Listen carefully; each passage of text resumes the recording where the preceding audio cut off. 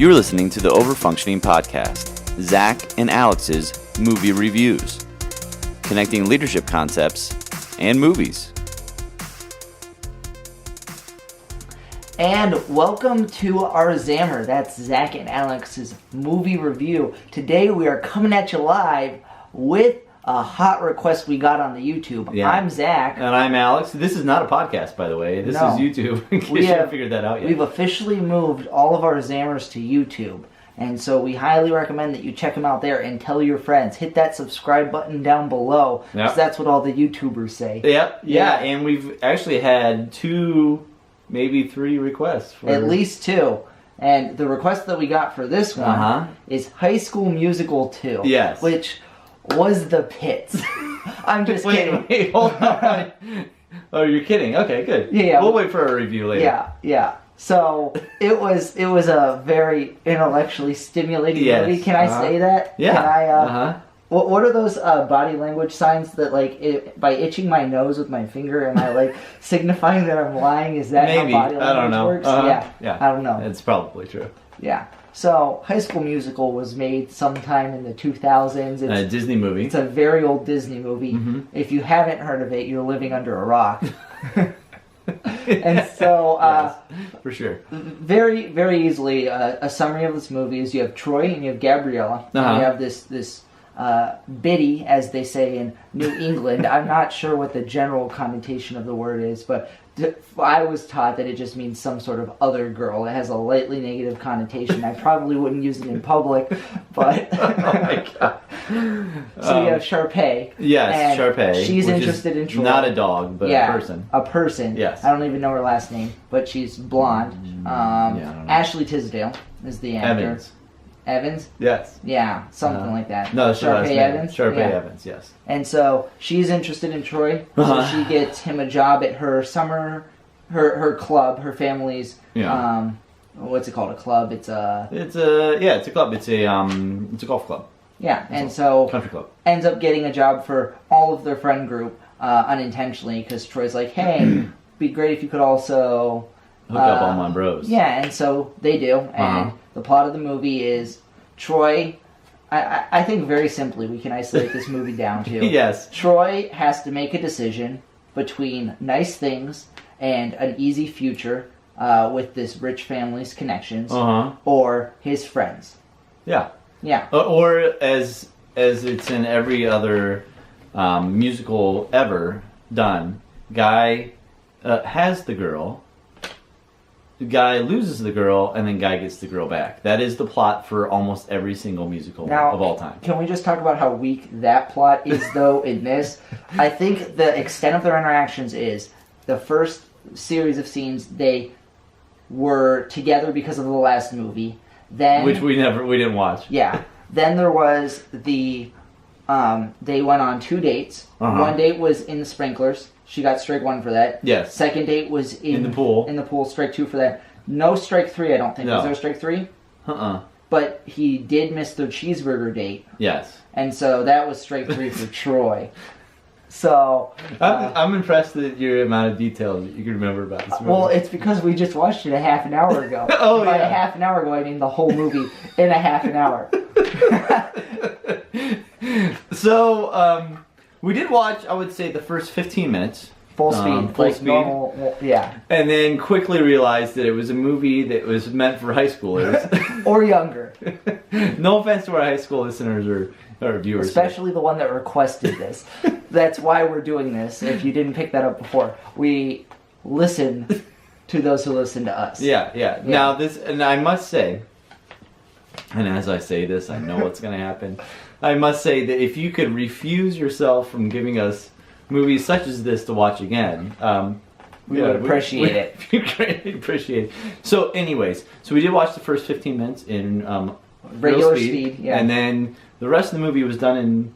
So we watched the rest of the movie at 2 times speed if it was dialogue, and when they went into a musical number, we went to 4 times speed, but we left subtitles on the entire time, so we could speed read the dialogue as it went across. Did you have trouble with that? No, I mean, other than a lot of the musical numbers were really slow. The musical numbers were really slow. But then we did realize that if you put it in 4 times speed, it kind of sounded like Spanish. It really sounded Spanish. It was actually very like cultural. Yeah, it was nice. Yeah, Albuquerque. And we did have Mexican earlier, so it sort of like follows the theme of our evening.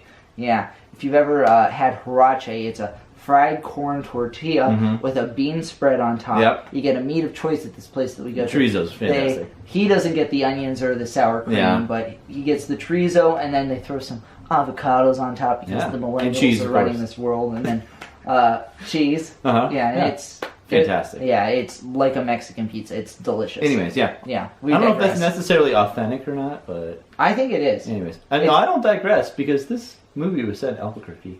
Was it? New Mexico. I missed that. Apparently, big time, Anyway. I was busy trying to figure out how to speed up the video. That's close to the America's sock, right? Which is Mexico. Louisiana. Oh, yeah. I don't know what Mexico's called. Probably a lot of bad things.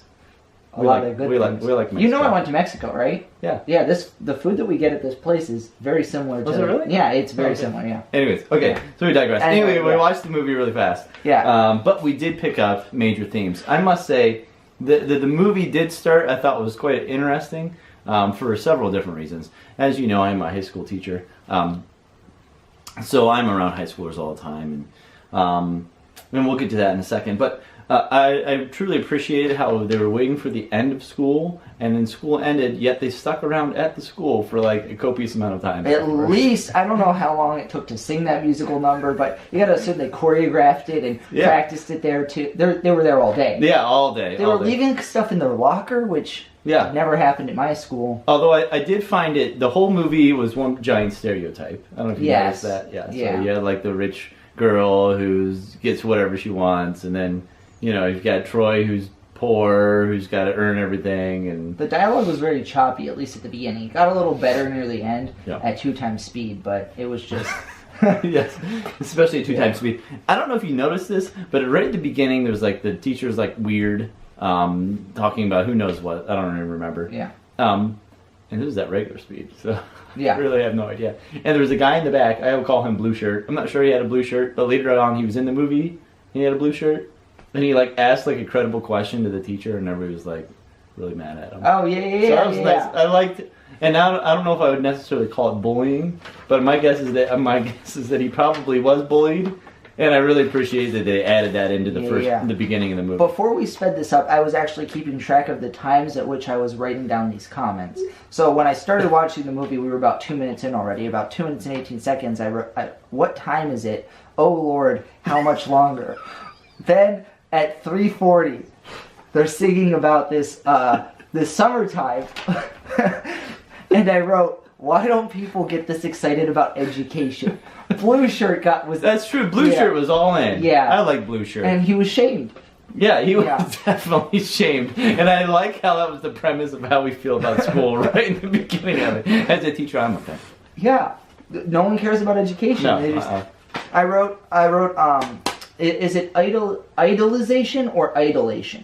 I'm not quite sure which word is. Idolization? That sounds better. Yeah, idolization. I wrote down that I think like if we had to boil this down to like an idolization of 4 themes, it would be youth, romance, the present, and summer. Right? Okay. Like I think that's like what they tried to show are the things that like will fulfill you. That like you gotta be in the present. And you have to be youthful. You have to be youthful. And it's not, like, it was the friends. Yes. But it wasn't, like, the friends. Like, the friends weren't friends. They didn't really do much together. Like, they weren't significant. It was just we just assumed there's a background where they do stuff together. Yeah, they just have to be, you have to be in a community. It's like groupthink. Yeah. That's great. It's groupthink. But, which we all know is a great thing. And the romance, where was the romance? I saw very little romance. There was close to kissing, and then right at the end there was kissing. Very, very close hugging. Yes. Kissing the hands as well. Yeah. There wasn't a lot of romance. And then summer, I mean, everyone loves summer until you become an adult, right? And if you're a school teacher, you still love summer, but... Or if you live in, like, the southern hemisphere. Yeah. Because then summer would be sucky. Yeah, and they take siestas. When I was in Mexico, they took siestas, and it was the best thing ever. I loved those naps. Yeah. Anyways. Yeah, we digress again. Yes. Yeah. So, I mean, that... What was your last one? youth, romance, the present, and summer. Okay, yeah, the present. Yeah. Yeah, and not summer, like as in present, but like right now. Yeah. Got Like the moment, because Troy. The movie, if we were to put this in leadership terms, which I think we have to. Oh, well, that's why we're here. This is a movie about convictions. And guiding principles. You see Troy, get convicted. He had to choose, what is he going to put above all else? Is he going to put being a person of his promises? I don't think you can say man. Can you say man? No. No, boy. Boy. Yeah. Is this boy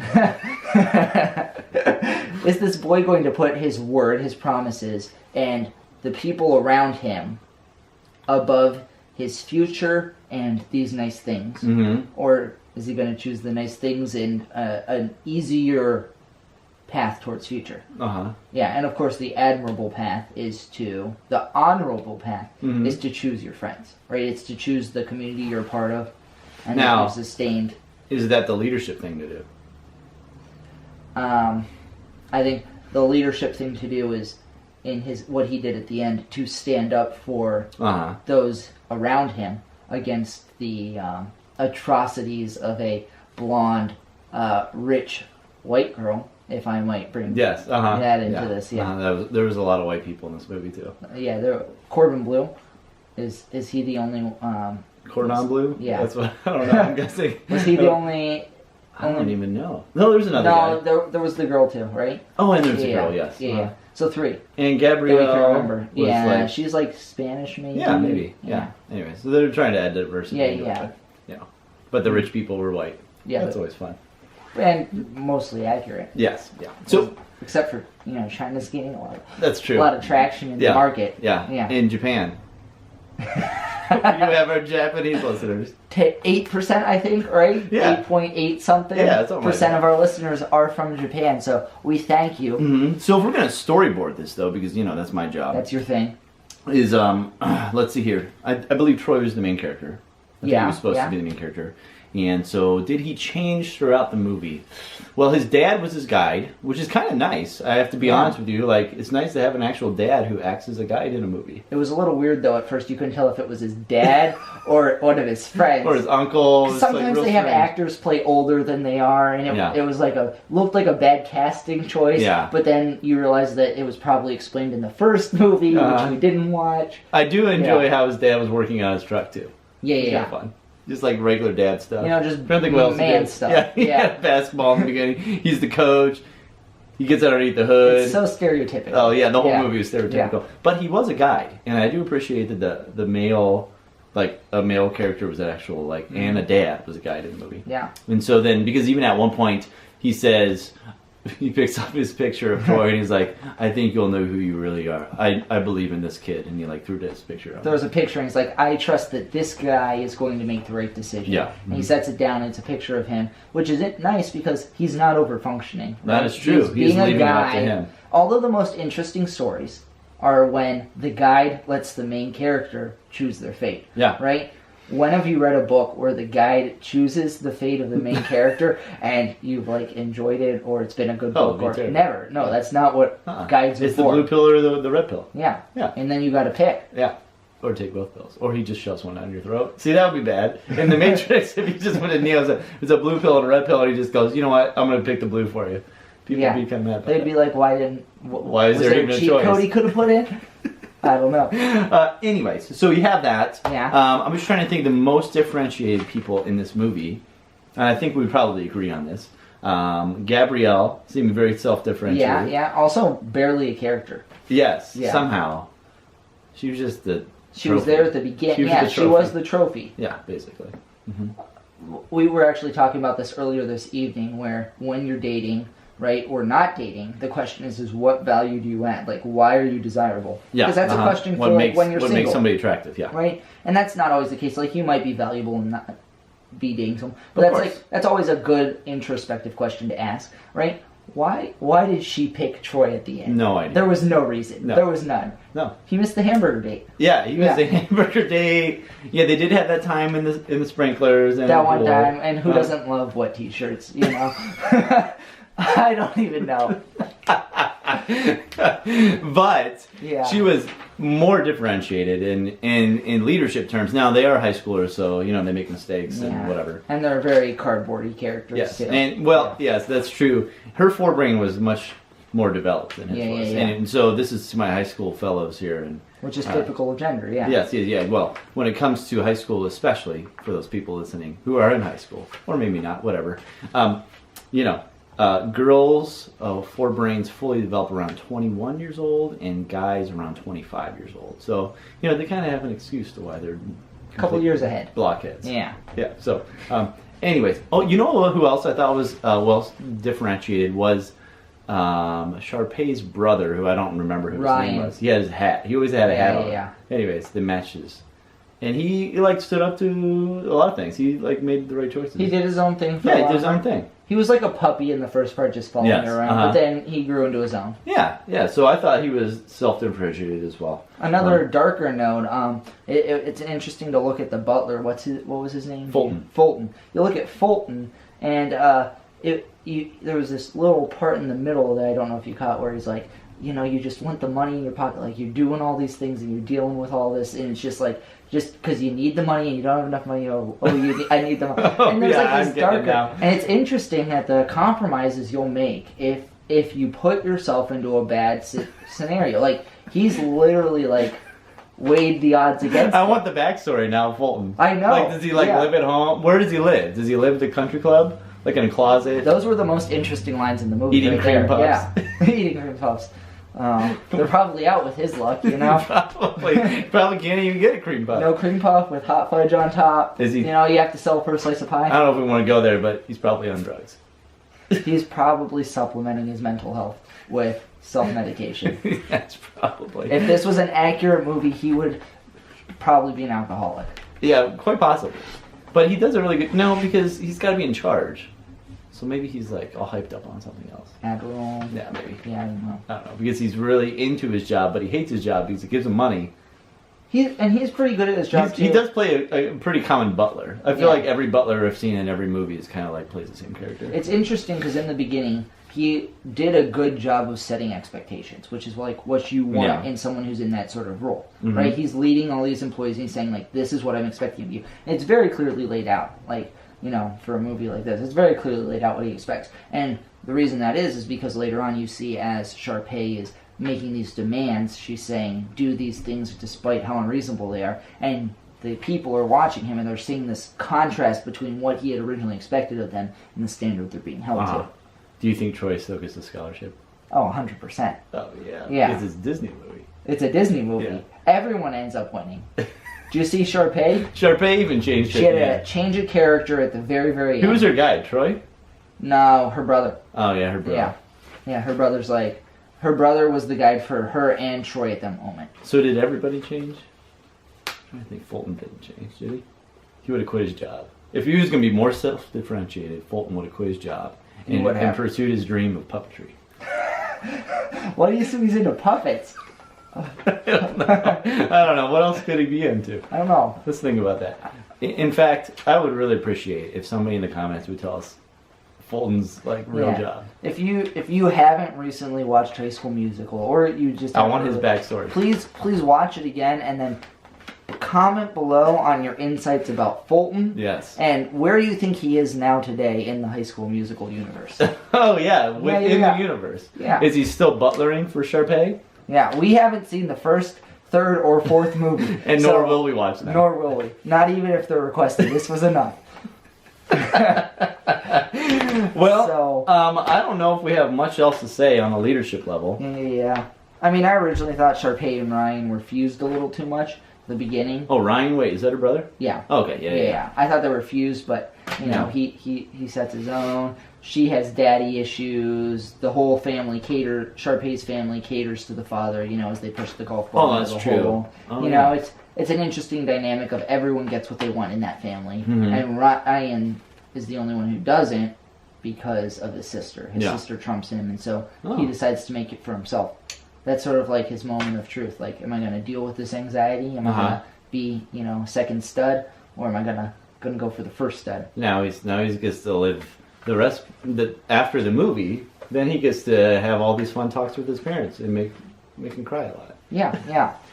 Teach them more about themselves and deeper thinking.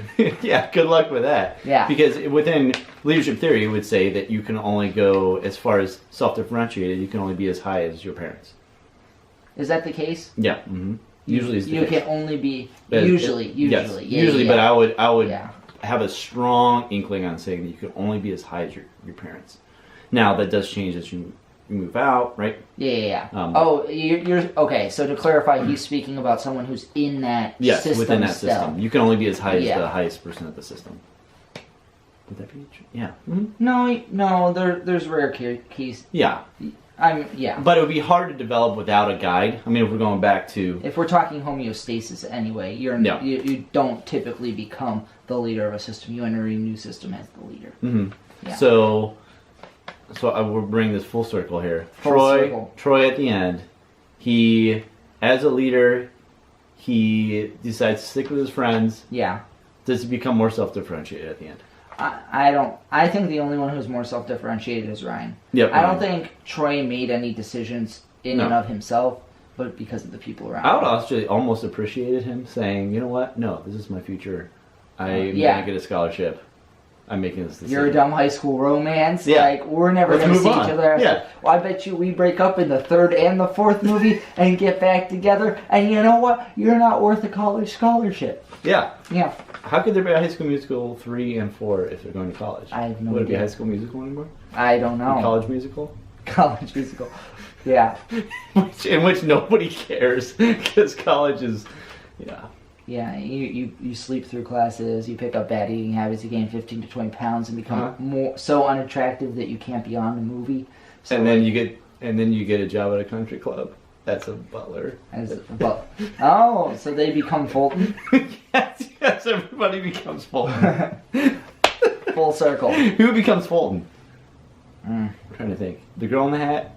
The boy in the hat? There's a lot of people in hats in the movie. If you know how like movies tend to have a karmic sort of like resolution where it feels like they got what they deserved at the end. Yeah. Like, for good will they got good, for bad will they Yeah, got bad. yeah. You know, so I feel like if we're going with this karmic trend, it's Sharpay. Oh, Sharpay becomes 100%. Fulton. But then she gets fired because she's not good at her job. Yeah, because she's awful as a person. As a She human being. hasn't learned how to function. Yeah. Yeah. So- Everyone's over functioning around her. She goes back to mom and does yoga. Yeah. But Ryan's not there. No, he's off on his own making money. Boom. Yeah. Well, I believe that wraps us up. Yeah, That so sounds ratings? fantastic. Ratings? Ratings on a 1 to 5 scale? Are we okay, so let's rate We don't this. have Priscilla's not Can here we anymore. rate this as if we watched it at normal speed? Because if we're Okay, all right. Yeah, because I would feel different if I watched it at normal speed. yeah, I give it You start. a 1. I give it Out of 10? Imagine if I watched it at normal speed, I give it a 1, maybe a 1.5. Oh, wow. Because I Two and a want half. to. I want to feel like there's got to be worse movies than this. Oh, yeah. I guess Yeah. that's true. I'm going to give it like a 0.75 out of 5. Okay. Yeah. Yeah, mine's out of 10. Yours is out of 5. Yeah, so that makes maybe a little bit lower. I was thinking almost a half. And then half a star. Yeah, if I were to phone Priscilla right now, I almost guarantee hers would have been a whimpering in the corner. Or a little puke up. Yeah. But then does she eat it? No. Yeah. Oh no. You have to clean that mess up. Yeah. Well, Okay, well, with that, I can't believe we talked this long. Yeah, I think we're wrapping this bad boy up. I am Alex. And I'm Zach. And check us out on the Overfunctioning Leadership Podcast, in which we don't, we do goof around a little bit, but it's a little bit more serious, and a little bit more. Check us out in iTunes in the podcasting section. Check us out on Google Play. You can find our Facebook page on Facebook, the Overfunctioning Leadership Podcast. Yeah. It's going to be much different. So the podcast itself is going to be more guiding principles and like the stabilization of all the leadership stuff we're talking about. The review is more... We're just having a good time. We're just having a good time, but we're also bringing in some leadership principles because we can't. And live catering without that. to our lovely listeners who recommend movies like this. Yeah, so I believe next time we'll be watching something called Calvary. Yes, Calvary. It's a fantastic movie. I've actually seen it before, Yeah, see, that's and a I bummer. loved it. We'll watch it in full time. Full time. Or maybe we'll even slow it down. Yeah, which we did at one point during this movie. It was Fulton It talking. was so bad. I think Fulton automatically When as he gets older, he just only talks in slow motion. Yeah. Because his life has just become so decrepit. I hope he changes one day. It makes me I hope he grows. Anyway. Yeah.